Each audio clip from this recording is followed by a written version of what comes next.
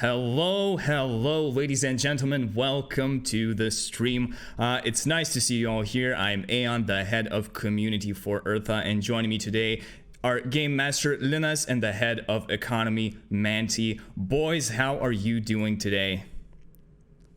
Great. Very well, thank you. How are you yourself? Wonderful. I'm feeling good. We just started the stream. We're gonna share a lot of new things with the community, so feeling good, feeling great. So perfect. All right, as you know, the topic of today's stream is to update about ERTHA's game development, what we've done, where we're at, what's left to do, and so on. We're also going to have a few leaks to show during the stream, so make sure to stay tuned till the very end to not miss anything, of course. And also, we're trying a new AMA format in which you are just feel free to ask any questions in the chat during the whole stream, and we'll just try to answer them during a natural discussion. I think it would be the best way to just have a casual and free-flowing discussion format. Okay, so this is actually the first time the ERTHA community are meeting Manti, which is crazy considering how important he is to the development and design process of ERTHA. So I think it's a good idea for you to introduce yourself to the community, talk about what you've worked on in the past and what you do here at ERTHA. So there you go, Manti. Sure thing. So hello once again, everyone. My name's Manti. Well, it's more of a nickname, but I usually just go by Manti, and it's stuck with me for a solid decade or two. Yeah, so my background on game design, I'm an avid MMO, RPG, JRPG, just general RPG games fan with a casual game of a card game, a TCG here or there, played some Gwent, played some Hearthstone, ended up working on RuneScape for nearly half a decade, so that was fun. That's where mostly my experience came from. Started off as QA, ended up doing bits of dev work, balancing and design. Yeah, so I guess that's more or less it in terms of my background, if we want to keep it relatively short. But if we want to go a little bit more into game design itself, so it's usually quite misunderstood how game design by itself works. Sure, you can have a game designer who does all sorts of things, but there's no jack of all trades, you could say that. Everyone tends to specialize in one direction or another. So I like using an idiom or an example or a saying of sorts. What's the difference between different game designers? So you've got the narrative designer, the person who's responsible for story, lore, the setting background of the game, or how I'd like to say it is, why is the grass green? Just sets the tone, sets the color, sets the setting. Maybe, it is going to be something in the sky, maybe it's going to be ancient Egypt, Valhalla, or whatever else. So you've got your narrative designer. Then you've got your gameplay designers, people responsible for combat, general mechanics, how everything ties together in terms of the core gameplay loop. You could say, how do I make the grass green? Again, a very specific form of or type of designers is also a technical designer. So a technical designer is someone who's part developer, part designer. The person will be able to read code, implement code. Well, of course, not to the extent you would expect from a developer, who's been doing it for a decade and it's their specialty. But if a developer gives you let's say you're a technical designer and a developer gives you a code snippet of sorts, you can just go and implement it yourself. No need to, do sorts of pull or push requests. You come up with a simple mechanic, you just go and do it yourself. Or again, same example, how do we sow the grass? How do we make it grow? And then you've got the game balancer. Usually, well, not usually, rarely to be honest, that gets singled out is not necessarily the word, but I just can't think of a better one. So a game balancer is a designer who's responsible for numbers. So you could say, why would this item cost 5 gold instead of 10 gold?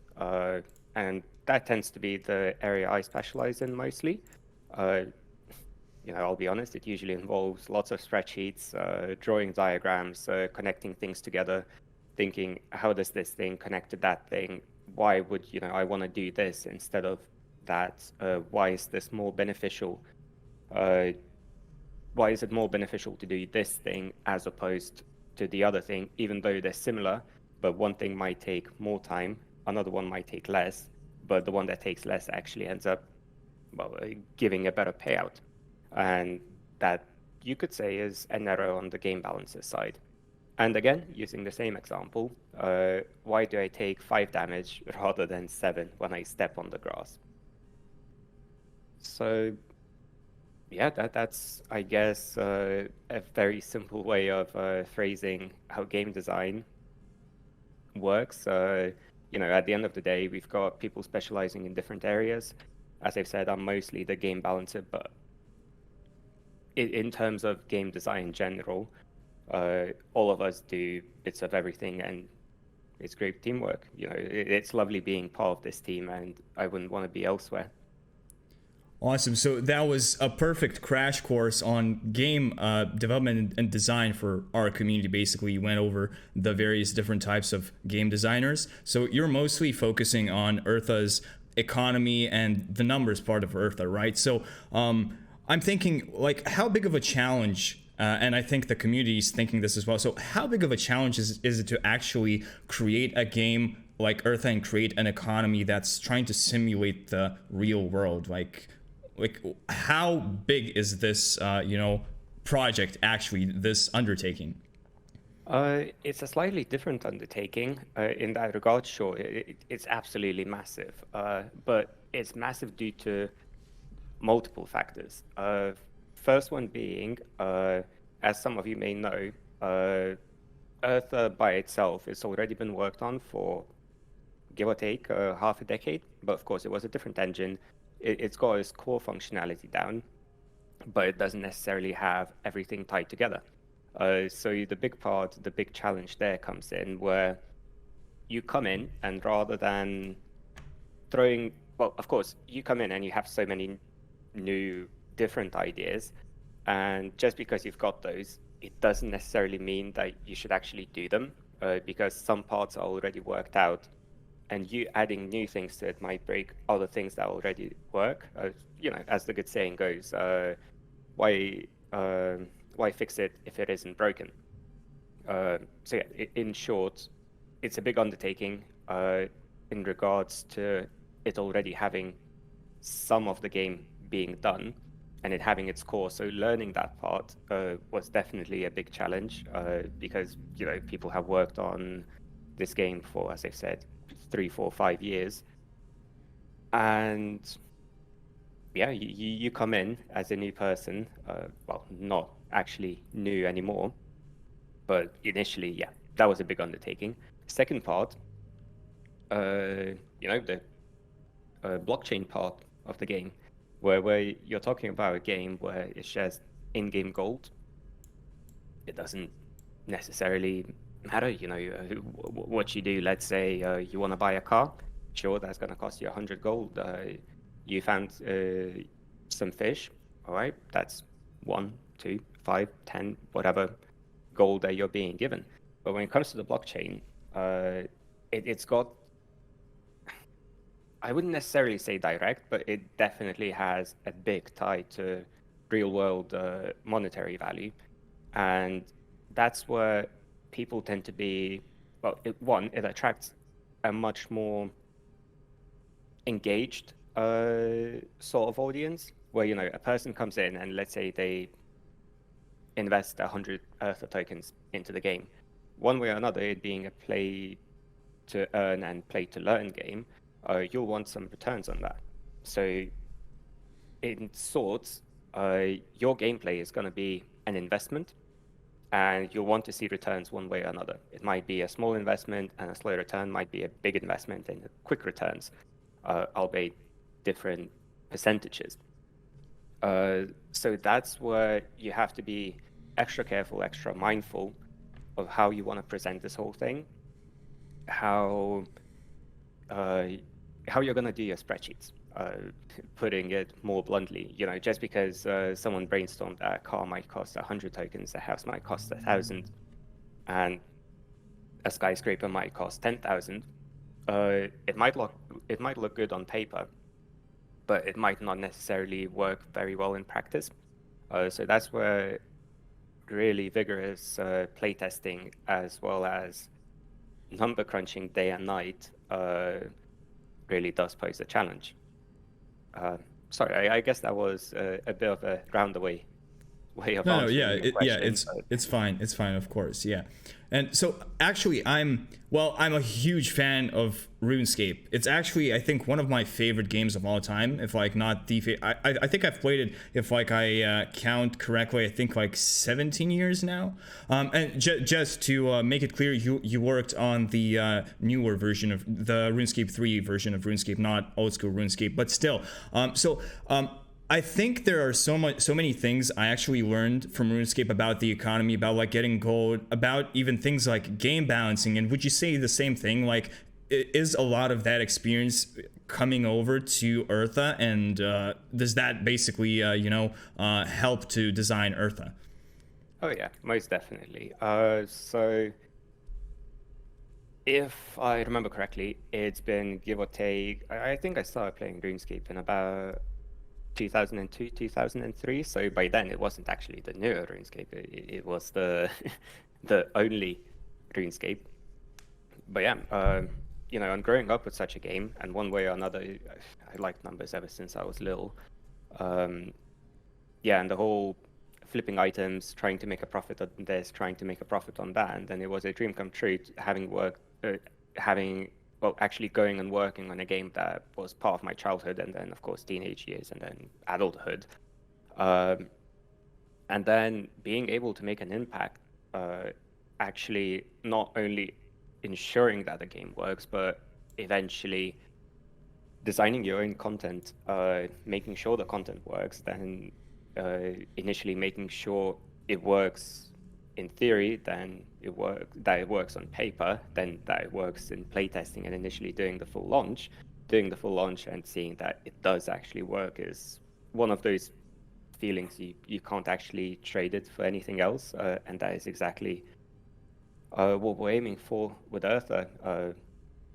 Vigorous playtesting, sleepless nights, spreadsheets left and right. It's fun. Had some of those, right? More than a few.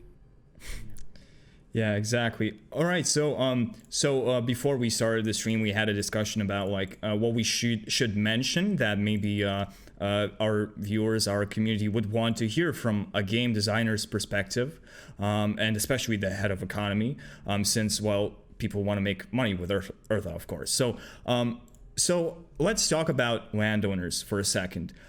Imagine yourself as a new player coming into ERTHA. You want to start playing. Let's say the economy has already launched and you buy yourself a piece of land. So how would a person just normally go about starting their journey in ERTHA as a landowner? I think this is the most burning question we get all of the time, or not the exact question, but we get a lot of similar questions about how this will work, how this part of their land will work. So I think this is a good way to just put it all into one and just ask the question of how to landowner, So maybe you can give us a good perspective on that.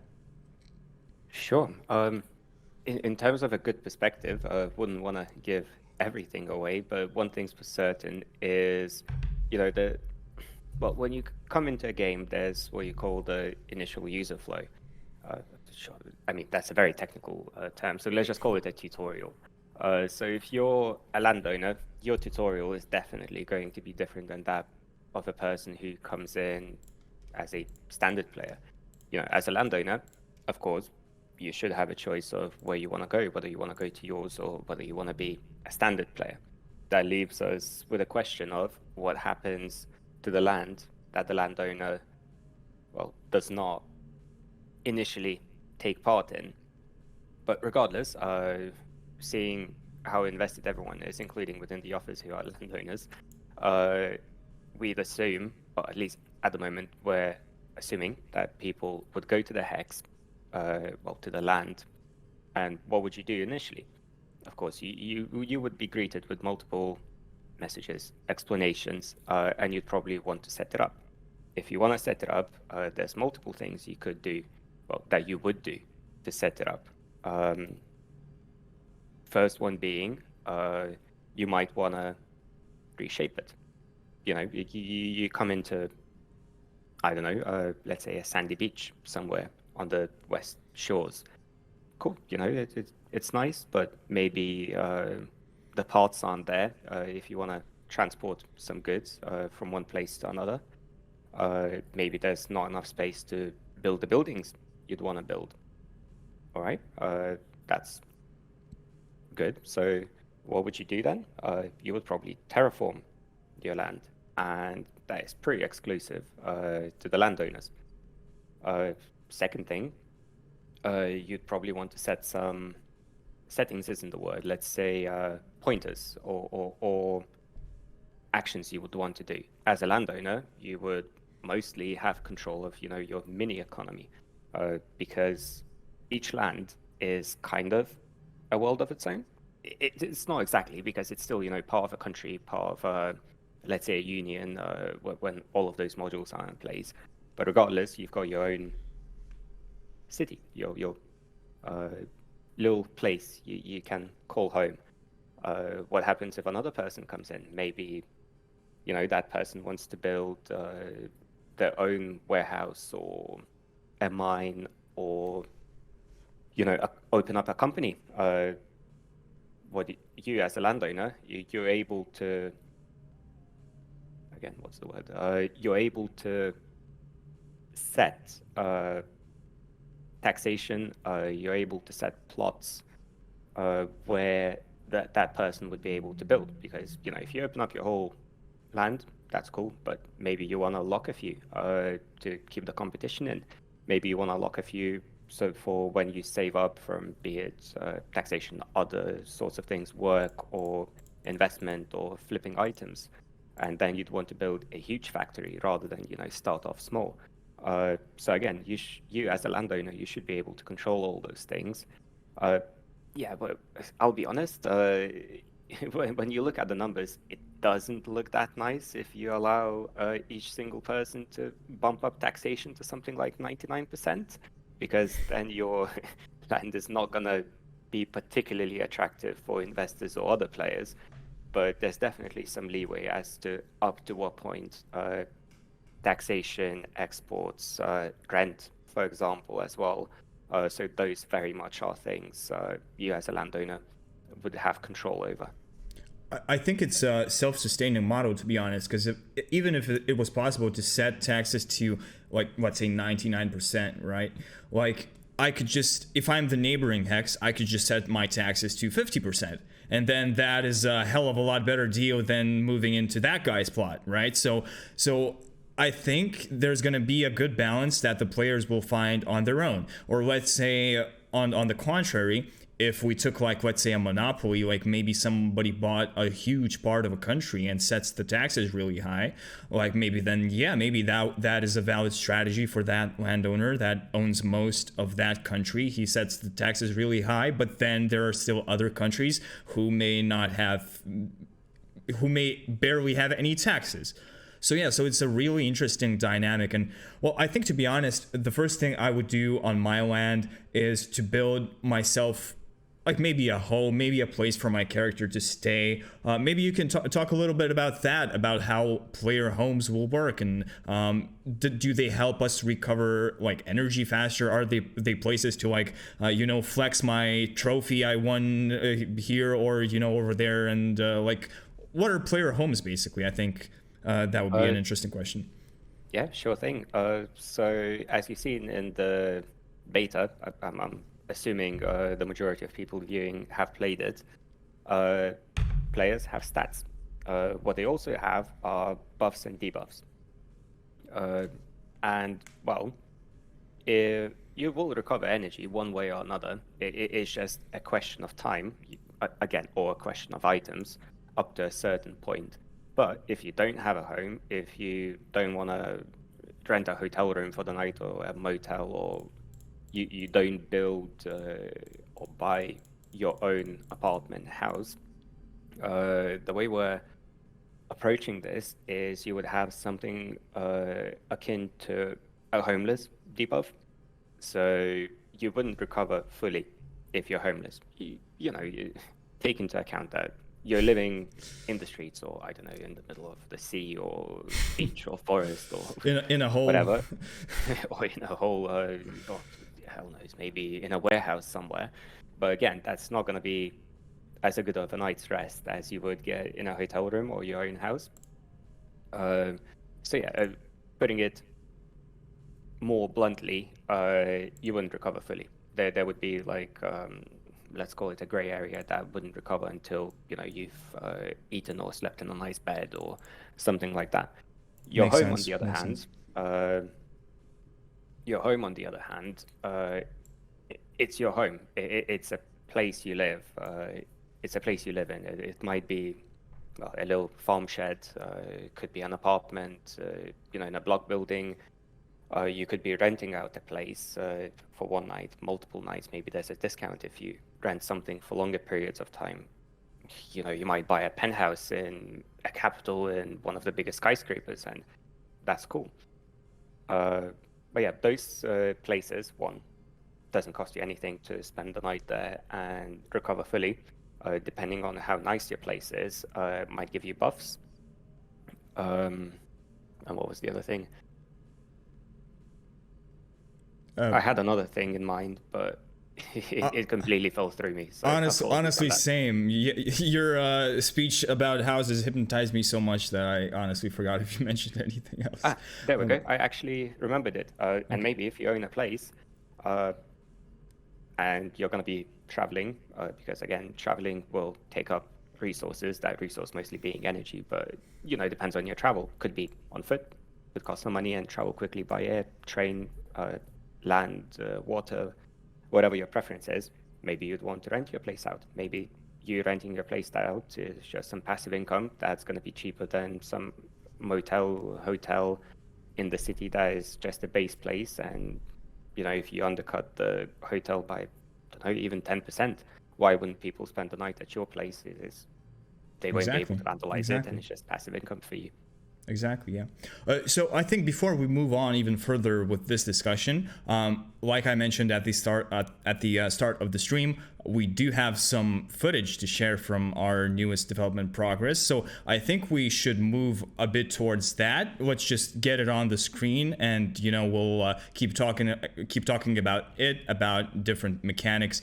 So let me just quickly switch cams here. I think you're not going to be able to see us at the moment, but here we go. In just a few seconds, I'll get the new in-game graphics showcase on the screen, in where we can talk about our newest graphical update to the ERTHA Metaverse. And just a huge disclaimer at the start, this is obviously not the final version of the this is still a work in progress. It's from the dev client, so do not think this is the final version, but it shows a good direction towards where we are heading to. So all right, so there we go. You should be able to see it on your screen. This is going to be a few screenshots, basically a showcase of the various different elements we have.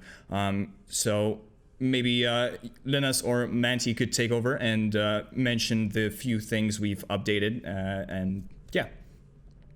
Yeah, we know we're working on making this feel like the metaverse you would want to live in, and the game itself has a lot of stats that an MMORPG game has, and but we as a player, we want you to feel like this is the second life you're living here. And we've had our ups and downs with our graphical department on whether we should use graphics that would support a browser environment, or rather we should bump up what we can do, you know, in graphical department and showcase, you know, something a bit better, something that looks more like, you know, a real game. And yeah, of course, like the commentator says, like of GTA. So this is what we're aiming for, and you know, it takes some time to polish. We don't want it to look like a game that would potentially be like a Sim City where everything is nice and you have like those bright colors, you have like a feeling that it's a game towards a younger audience. What we want to feel is that we are going for something that is post-apocalyptic, but in a virtual reality. When you have a feeling that not everything is all right, like, you know, like your real world has collapsed, and you're all connected into that virtual environment where you still keep your mind, you know, developing, and you still keep your skills there. You get knowledge from there, but you still feel that, you know, even though all the buildings are like, it's not after like an atomic bomb or something like that, but you still feel like it's not entirely good, you know. So that's the feeling what we are looking for, and it takes quite some time, you know, to get it right. So it's not the final version, but it's getting there. Exactly. It's basically the vibe of the game, the feeling, the internal feeling that people are going to have in their stomachs, you know, when they play the game. And by the way, I'm just going to quickly address the elephant in the room. Yes, we were supposed to be on the left side, but for some reason, my streaming software decided that it does not like our faces or something. So just for the time being, the webcam boxes on the left are going to be empty, and we're just going to go back to the screen once we finish talking.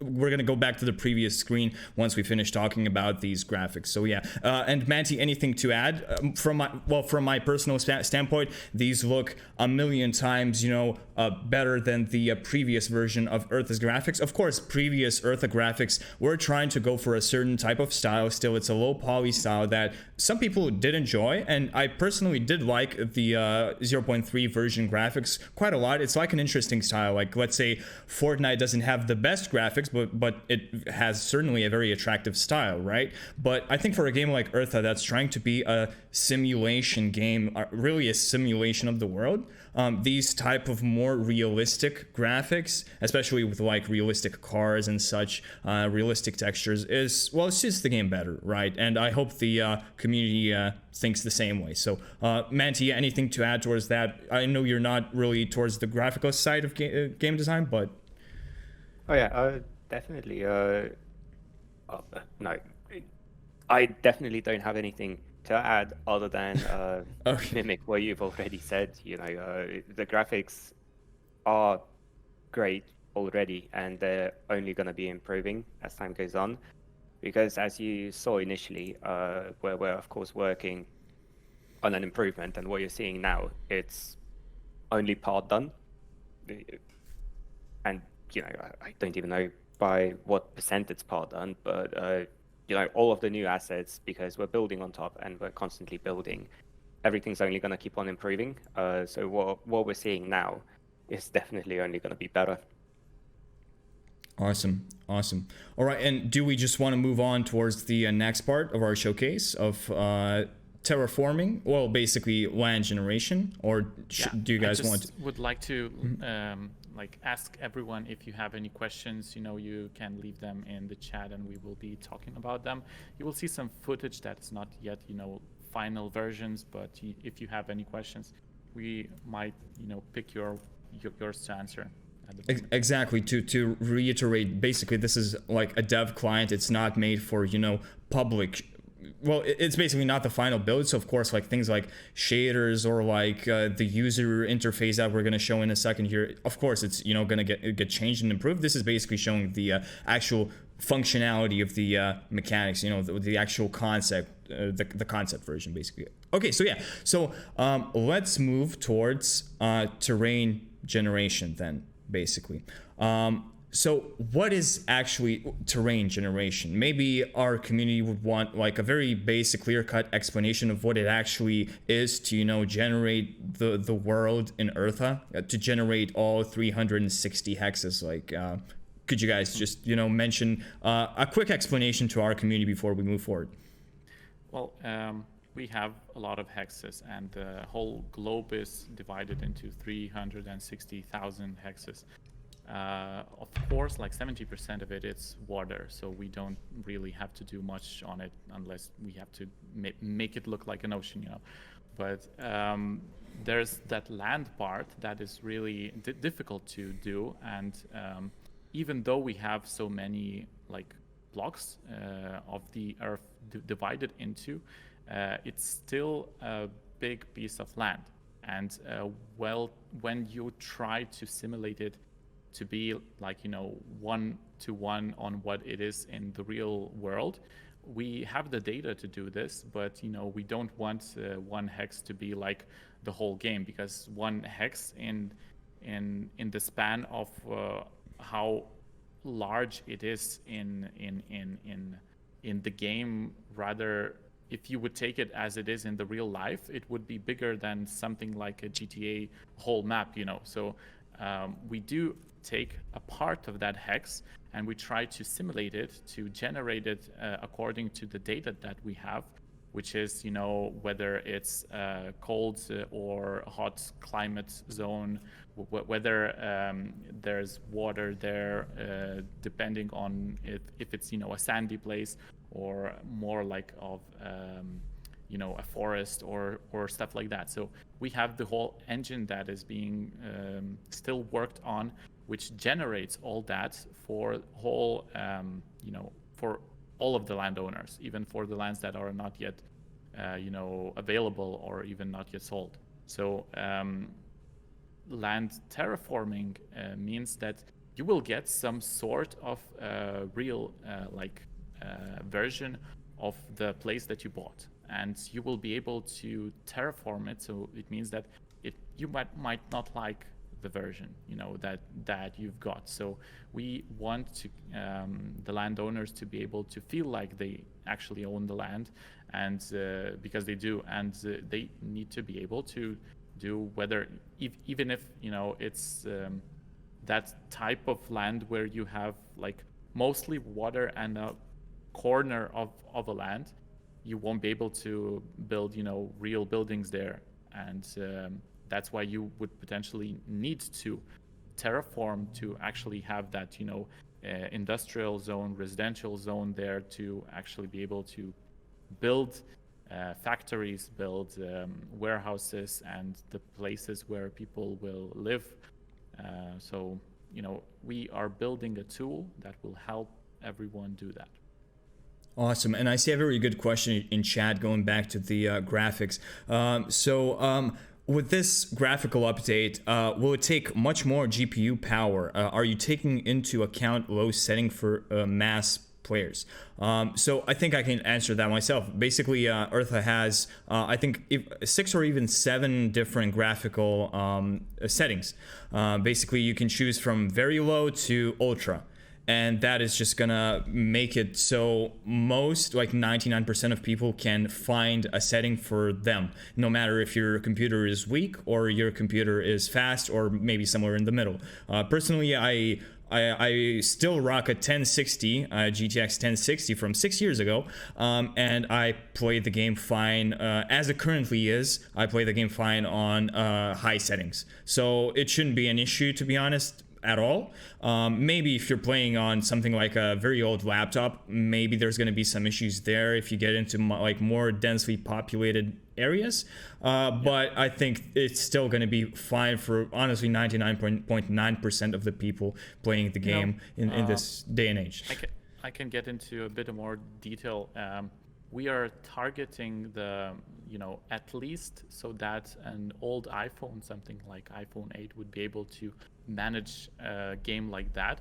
So it means, well, it has definitely more horsepower to than the like the browser has, because the browser is limited to one CPU and a limited GPU, and very limited RAM. So we have some horsepower here to do good graphics, and we have our partners, Uraga, like 3D specialists, are doing their best job they can to build the realistic look while using very low amount of polygons inside it, because how well the game plays depends on how many polygons you have on there, and we're doing a lot for optimization.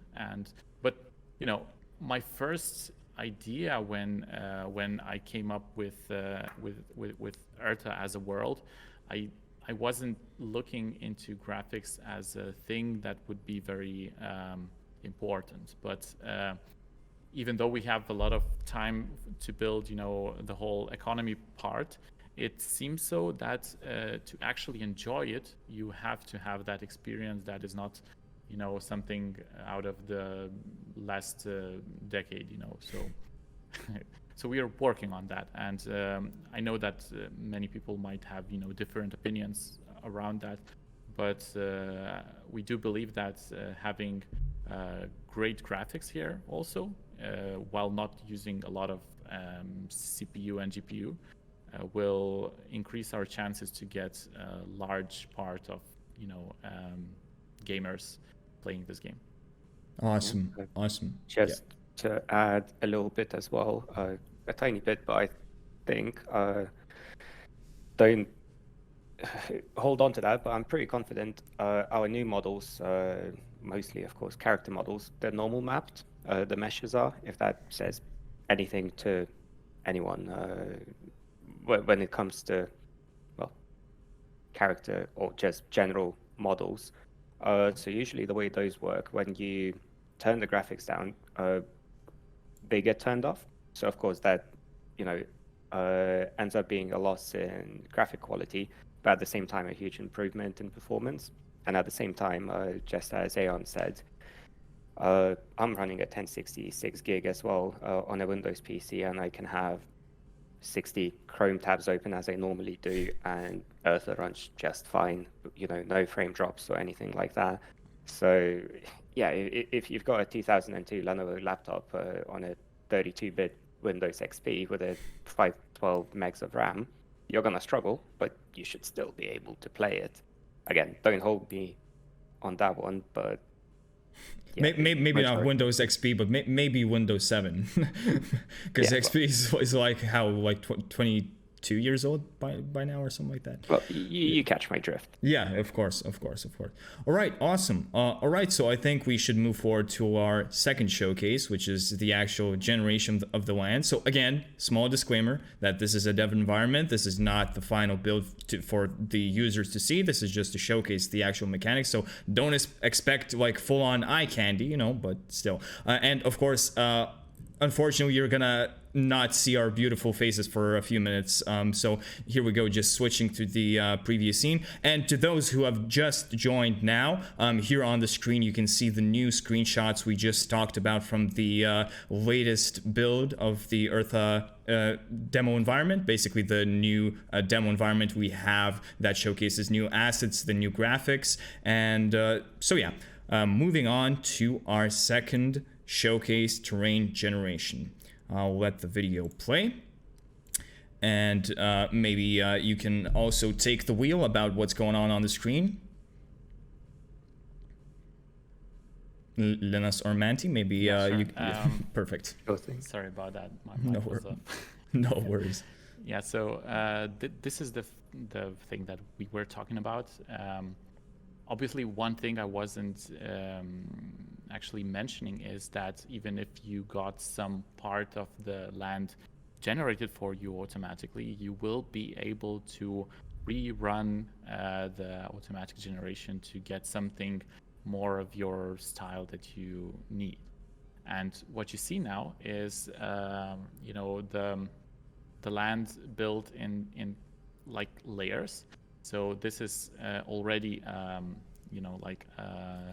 past version of our terrain generator, but this is the one that we can actually show now. It will not have those. It will have a sleek, mountains.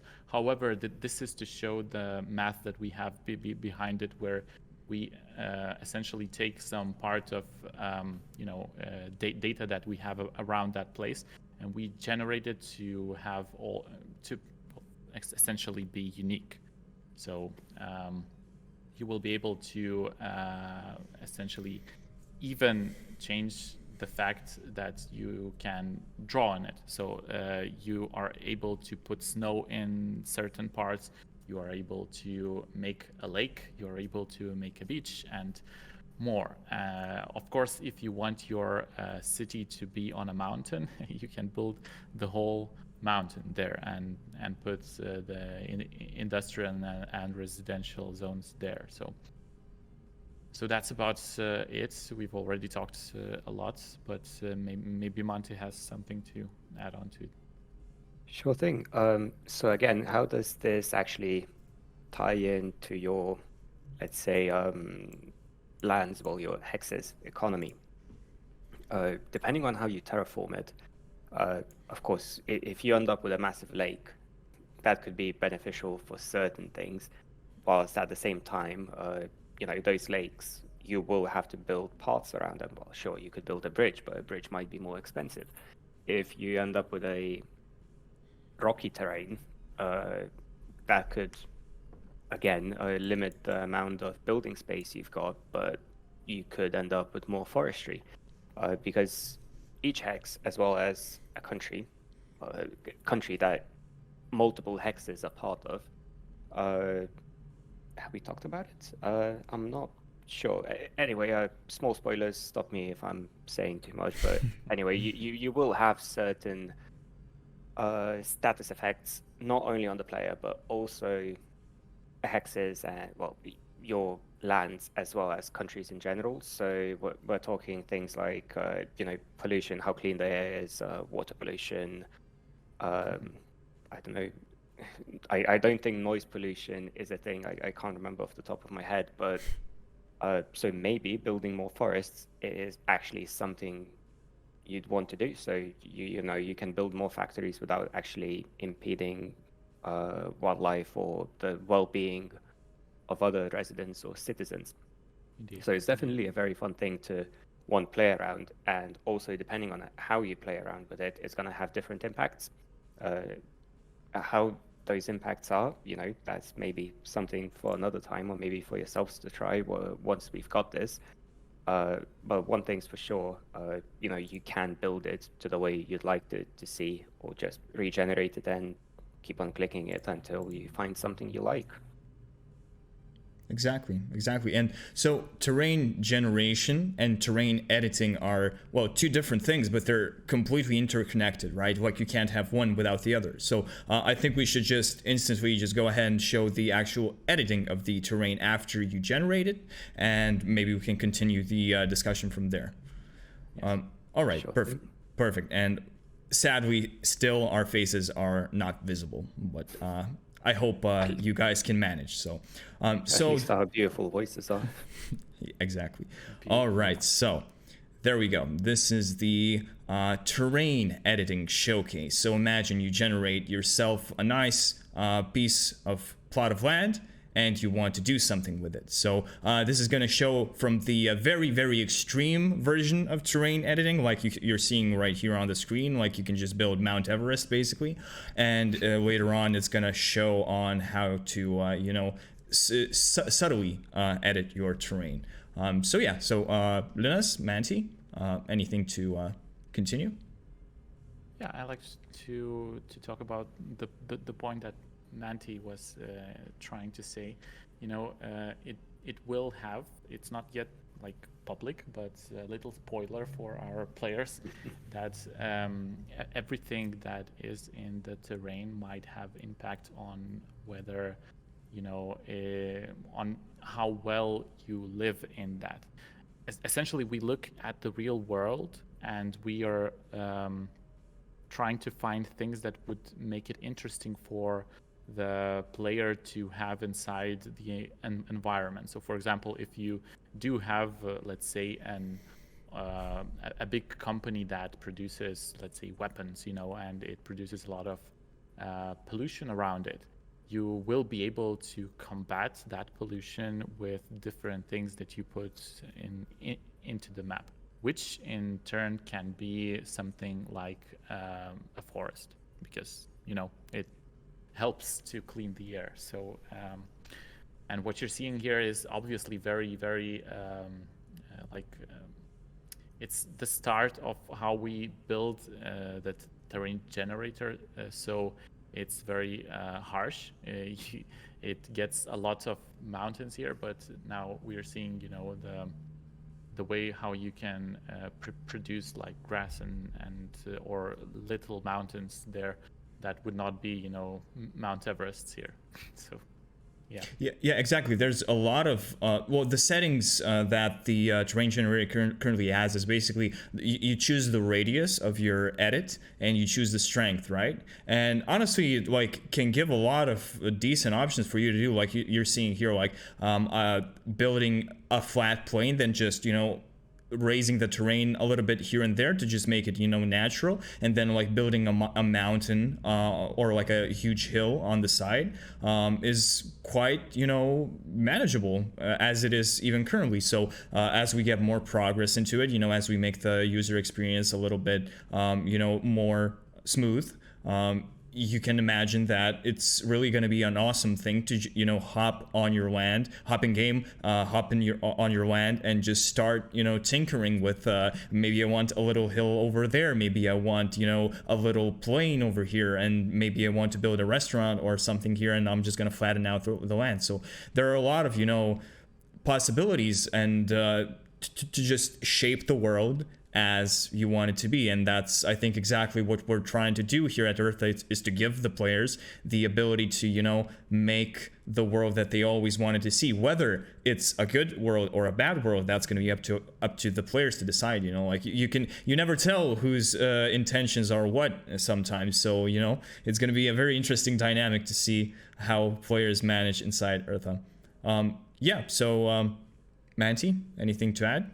Yeah, I just wanted to touch up on the point Linus made, that we're looking at how the real world is, and at the same time the narrative of ERTHA. So again, just repeating Linus's point, you're in a cryostasis chamber of sorts, and you're trying to rebuild society.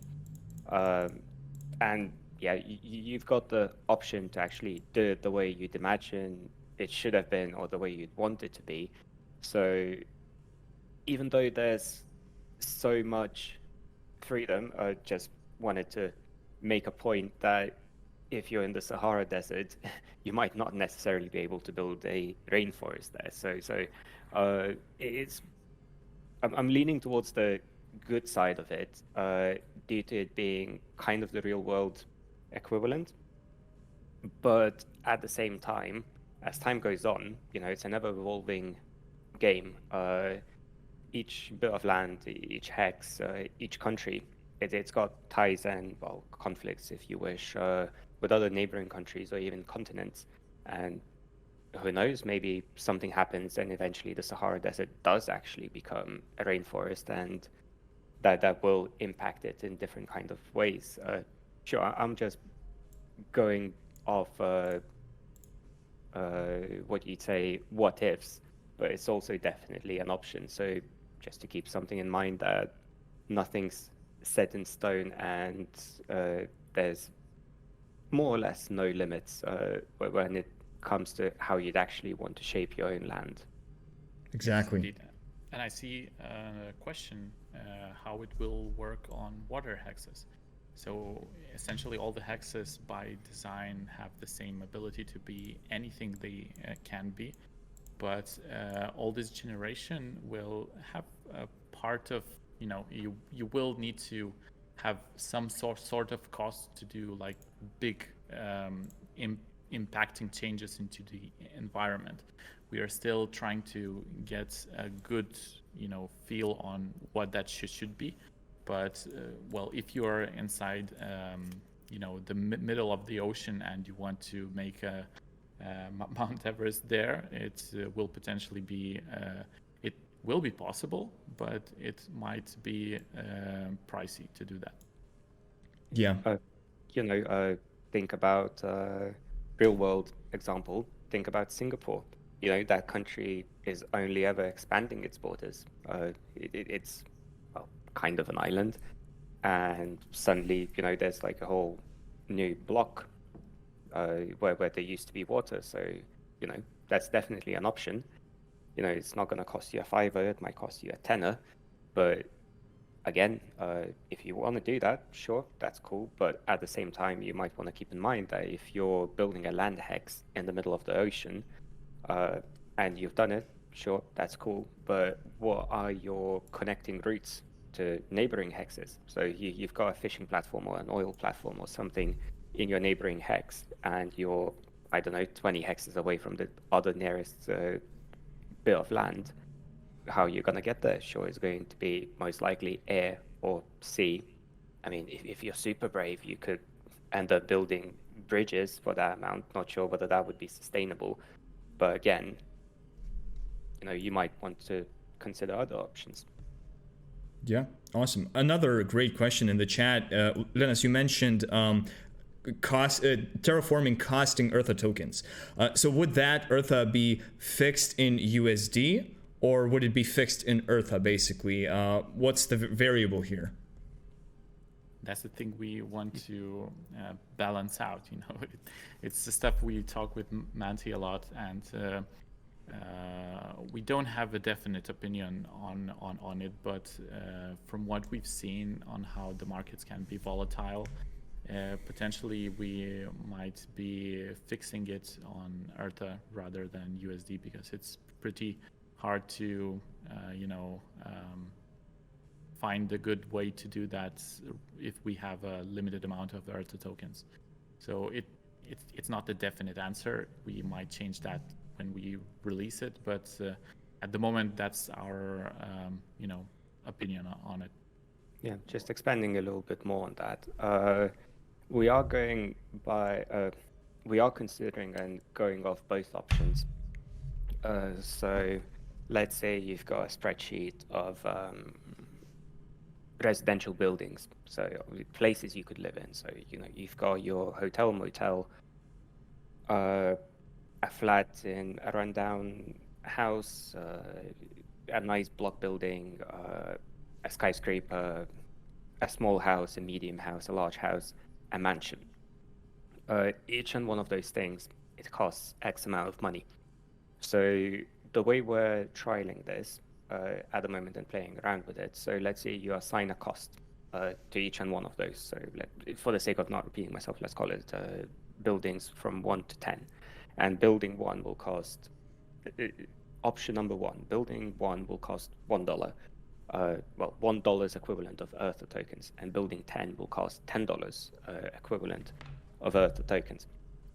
It will forever be the same price, but at the same time, market dictates the price, and a limited amount of tokens suddenly, if the token skyrockets, it might end up costing loads of ERTHA tokens, and then it just doesn't become sustainable.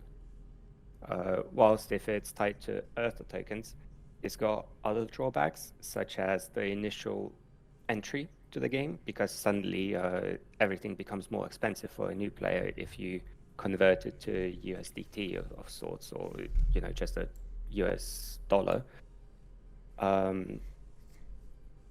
But it makes it sustainable. The prices are there. It doesn't fluctuate just because you've bought something earlier or later.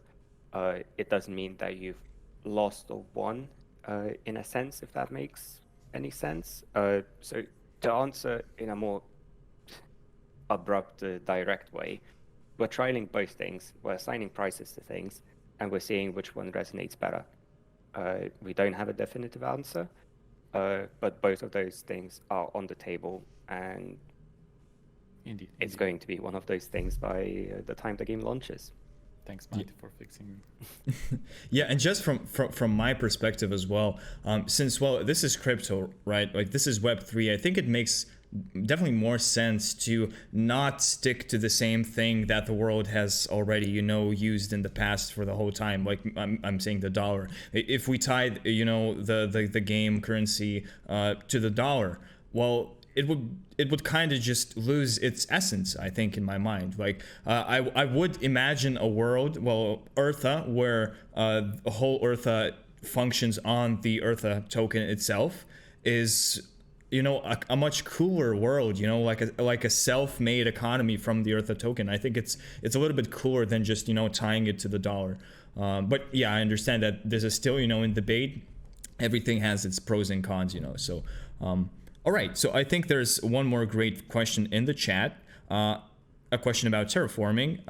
So would terraforming happen before or after city generation if you got a city already on your hex? Maybe you want to explain the process for a city owner, basically to start the game, launch the game for the first time. How would they go about terraforming and getting their city ready? Basically the whole process shaped into one. I'll quickly touch up on that without giving too much away. So people who own land, putting it bluntly, you're our early starters, the people who believe in the game from the start. So there's gonna be freebies, stuff that will help you build those things, stuff that will help you establish your little world, home, city, however you want to call it. Not gonna spoil that one as to what those things are, but your initial launch, you will, the way we're imagining it, at least, and Linus, please do interrupt in case I'm going off topic, but you do start your game, you know where you're going, you've got your bit of land. The way we're thinking about it now is you've got your pre-generated world, so you've got something there. Might be a city, might be a desert, might be a forest, might be something else. But you as the owner, you should be able to at least once regenerate it or reform it. And once you're happy with it, you lock in. Once you start building things, terraforming it again isn't particularly feasible. There might be workarounds that, but at the moment, you've got something, you can change it. Once you're happy with it, you lock in, you start building, you start setting things, taxes, buildings, how many open building plots you've got, maybe some warehouses, fishing platforms, or companies, all those sorts of things. Again, we still have both options available, whether we are, playing with already built cities and trying to terraform it. We're trying to find a way, if it's a viable option.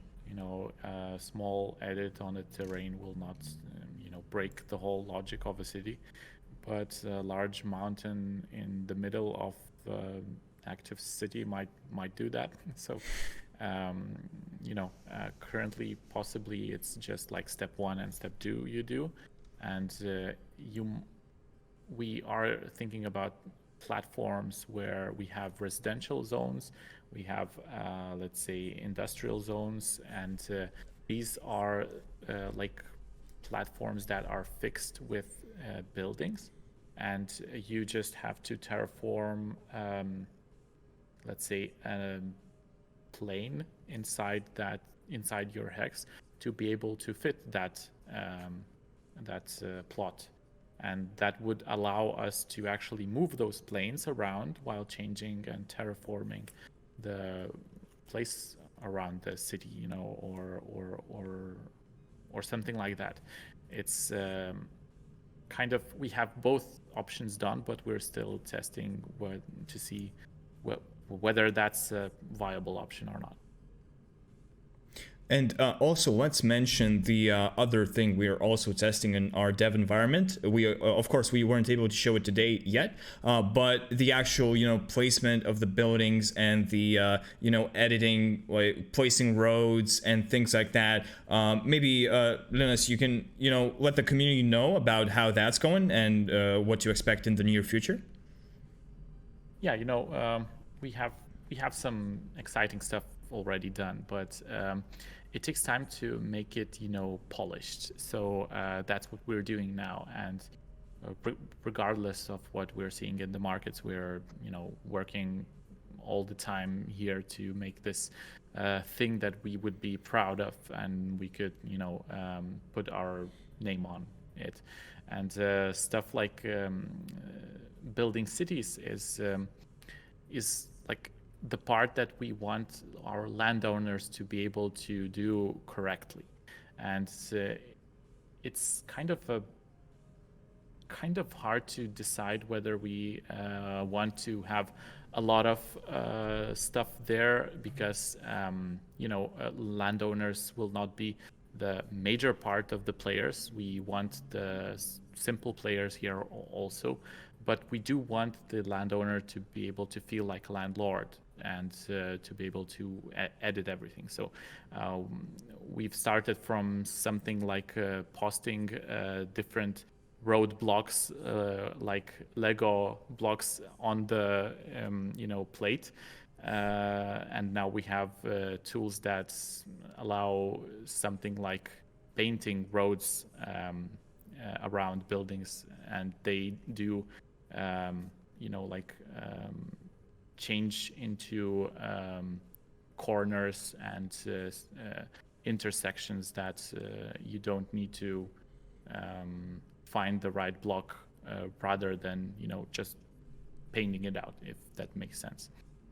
Also, the roads have like driver AI already like on them, right? Like when you place down the roads. So when you're gonna like build your city, you're gonna place down roads, you're gonna place down buildings, you're gonna place down your companies or warehouses, whatever you want to place down, and your city is already gonna be alive through like some sort of a simulation of like NPC drivers and things like that, right? So exactly.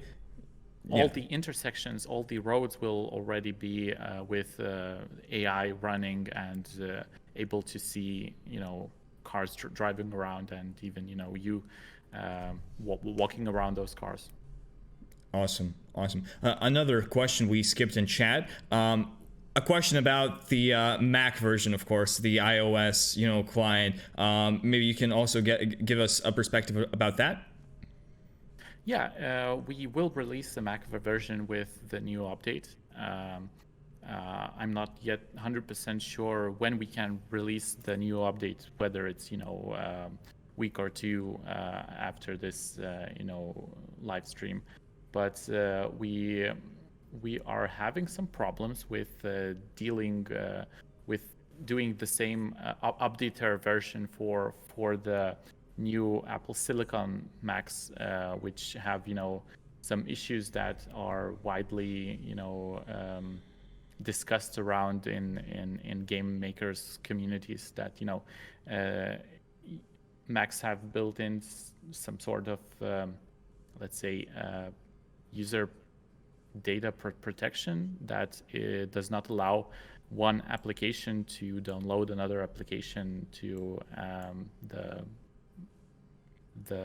PC or Mac, and it does not allow to have those updaters built the way they were built before. So we are trying to look for a way to do that, but essentially, even if we don't find it, we just will post two versions, whether it's Apple Silicon version or an Intel version for the download. So, either way, Mac users will be able to play that. Awesome. All right. Again, guys, if you have any more questions, just make sure to post them in the chat, because I think we went through everything that was asked so far. Well, actually, I think there was one more question about like the time frame of release for the game, because the plan and the roadmap is Q1 2023 is the ERTHA V 1.0 version, which is the economy. Could you add some perspective to that as well? Yeah. Nevertheless, that we're working on providing our players, the 1.0 version of our game. We do have to plan this out in a way so that it would be something that would attract a lot of attention to ERTHA, that would attract more players, more people who would be interested. And the markets at right now are not great, to say the least. And and we are planning, we have our strategies on how to do marketing on that, and well, this does not help.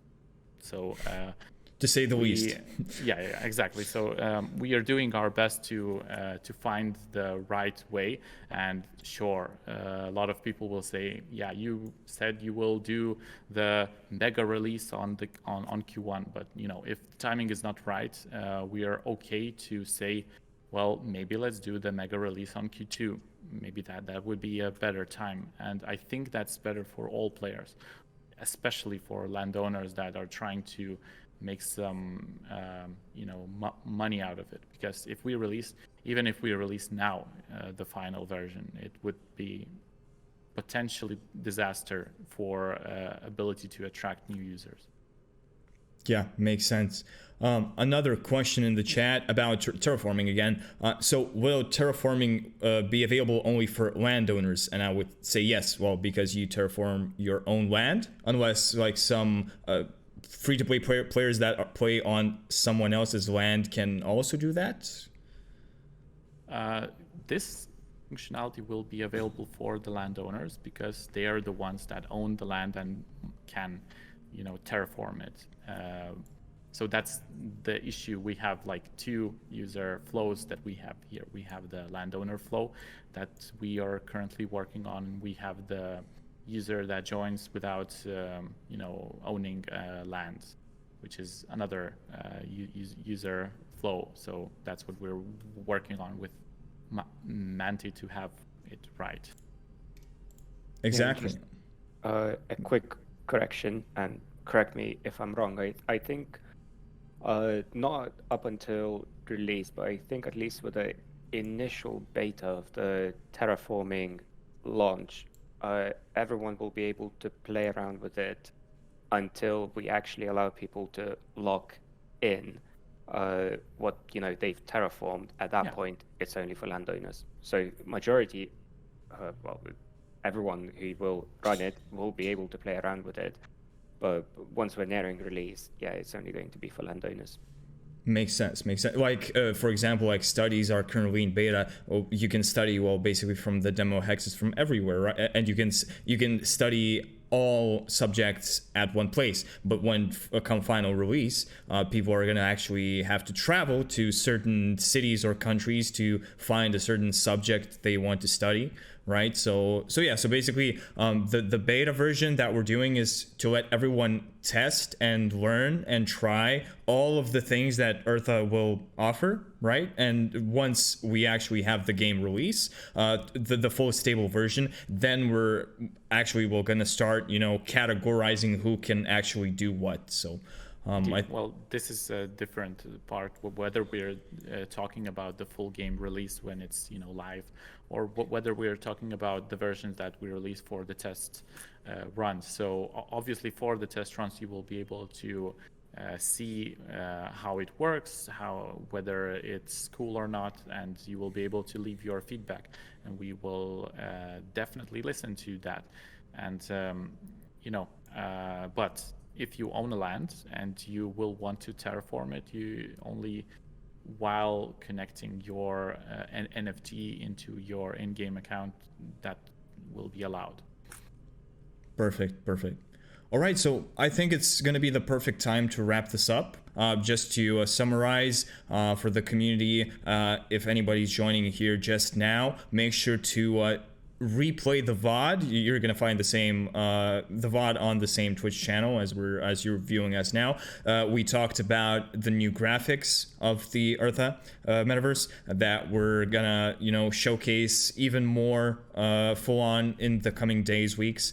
We talked about terrain generation, generating various biomes and hills, mountains, and actually then terraforming those that land that every single landowner will have the ability to do. And then we talked about building things like cities and a lot of other things. So yeah, make sure to rewatch the VOD if you missed something. And we're also going to be here in the chats. We're here every day, so feel free to ask us anything basically, and we'll try to answer whatever we can. Some things about specific things regarding the game don't yet have an answer. I think I'm sure everyone understands that. That's things can still change, but we'll do our best to be as transparent as possible and just give the answers the community wants. So go ahead. By the way, we do love the podcast style of this, announcements.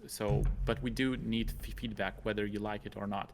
So please tell us on the Discord, on Telegram, or even here, in this chat, whether you want us to continue to do that or not, and so we will try to do as good as we can.